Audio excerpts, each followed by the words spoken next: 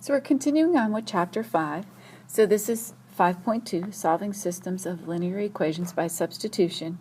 So remember, you're writing down your notes. Pause the video when you need to, and rewind if you need to hear something again. And if you have a question, put it in a side note, and along the way I'll have little text boxes for you to write in answers. So this section, the last section, we used graphing to calculate or find our answers. This one we're going to use substitution. So, for example, here we have 3x plus y equals 9. Well, let's say y equals 2x plus 4. So you can substitute in for that y the 2x plus 4. So they've substituted that in. Then they've combined their like terms. 3x plus 2x gives them 5x plus 4 equals 9. Subtract 4 from each side to get 5x equals 5. Divide each side by 5 to get x equals 1. So again, I'm going to take you step by step through this process. So we're going to solve systems of linear equations by substituting. So again, if we just define substitution, it means to trade, to swap, or to replace. And you kind of have to just evaluate to see which you want to substitute in. So here are the steps. Again, you're going to write these down, so if you need to pause the video, please do so. So steps to solving by substitution. So step 1, solve one equation for one variable. So if we have these two equations, and this one we have y equals, we don't really need to solve this one because now we can substitute or replace that y with the 4x plus 2. So the second step is going to replace that variable with the other one. So that's what we're doing. And then we're going to solve for x in this example. So we combine like terms then. So we get 7x plus 2 equals 16. They subtracted 2 from each side. So you get 7x equals 14. Divide each side by 7 to get x equals 2. Again, write down all of these steps. Write down the example so that you have something to look at. You can also look in your textbook. I think I have a little different example so that you can see two different examples of the same type of problem. Okay, step 3, we're going to solve for the other variable and put into the other equation to solve for that variable. That sounds really complicated, but really all we're doing is, now you know what the y equals, right? We solved for y, or for x, sorry, we solved for x in the previous one. So now you can plug in what the x is, because we solved that x equals 2. So you can solve that, and now you know y equals 10. So that was solving for the other variable. So in this case, we were solving for y to solve for that, and we used our x that we calculated. And again, we're going to check our answers. We always like to check our answers. So you plug in both your y and your x. Remember, y equals 10. X was 2 to make sure that your equations work out.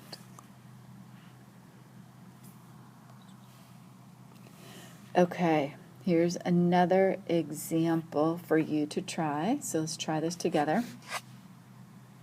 So here we still have y equals 2x minus 4, and here we have our full equation. So we're going to use this y, and we're going to substitute it in that equation. So we have 7x minus 2 times 2x minus 4 equals 5. So the only thing we changed was our y. And we're going to use our distributive property, and we're going to distribute that negative 2 to the 2x, so we get negative 4x. We're also going to distribute that negative 2 to the negative 4. Negative 2 times negative 4 gives you positive 8. That equals 5. We're going to combine like terms, so 7x minus 4x is 3x, plus 8 equals 5. We're going to get rid of that 8 by subtracting 8 from both sides. I now have 3x equals 5 minus 8 is negative 3. So we divide both sides by 3. And now we know x equals negative 1. But we're not done yet. Now we have to figure out what our y equals. Okay, so we can plug in. I'm going to use a different color for the y. So now we can go over here and we can say that y equals 2 times negative 1 minus 4. So y equals negative 2, because 2 times negative 1 is negative 2, minus 4, so y equals negative 6. But again, we're not done yet. We now need to double check to make sure everything works out.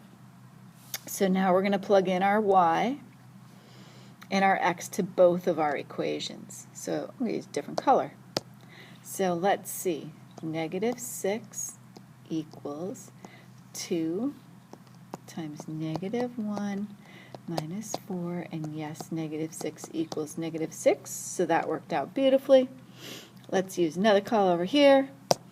So we have 7 times negative 1 minus 2 times, what was y? Y was negative 6. Oh, and I ran out of room. So let's see, 7 times negative 1 is negative 7. Negative 2 times negative 6 is positive 12. And let's see, does that equal 5? Yes, 12 minus 7 does equal 5. 5 equals 5, so it works. So you have to go through all of those steps to get our final answers and to check your answers. Okay, so now you're going to try some on your own, so remember the steps. Here you can use whichever one that you want to. So first you're going to solve for y or x, whichever you want. So you might want to solve for x first, so plug in the y. So you could plug in this for this y here, and then you're going to solve for x, and then you're going to plug in that x to solve for y again, and then check your answers just like we did.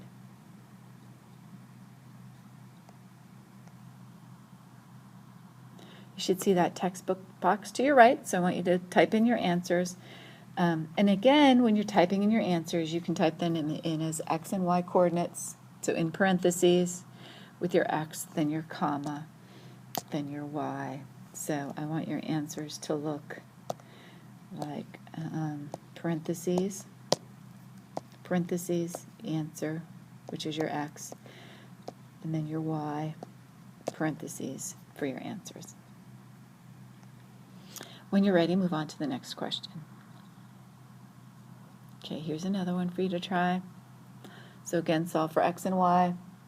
Check your answers. Put your answer in the text box to the right and then move on. Okay, here's another one for you to try. If you get stuck, that's okay. We can go over these later. Don't get too upset about it. I just want you to try them. Okay, now we have our favorite word problems. Okay, so you buy 50 turkey burgers and veggie burgers. So we don't know how many of each you've bought, but you have 50 total burgers, and you pay $90 for those. You know that you paid $2 per turkey burger and $1.50 per veggie burger.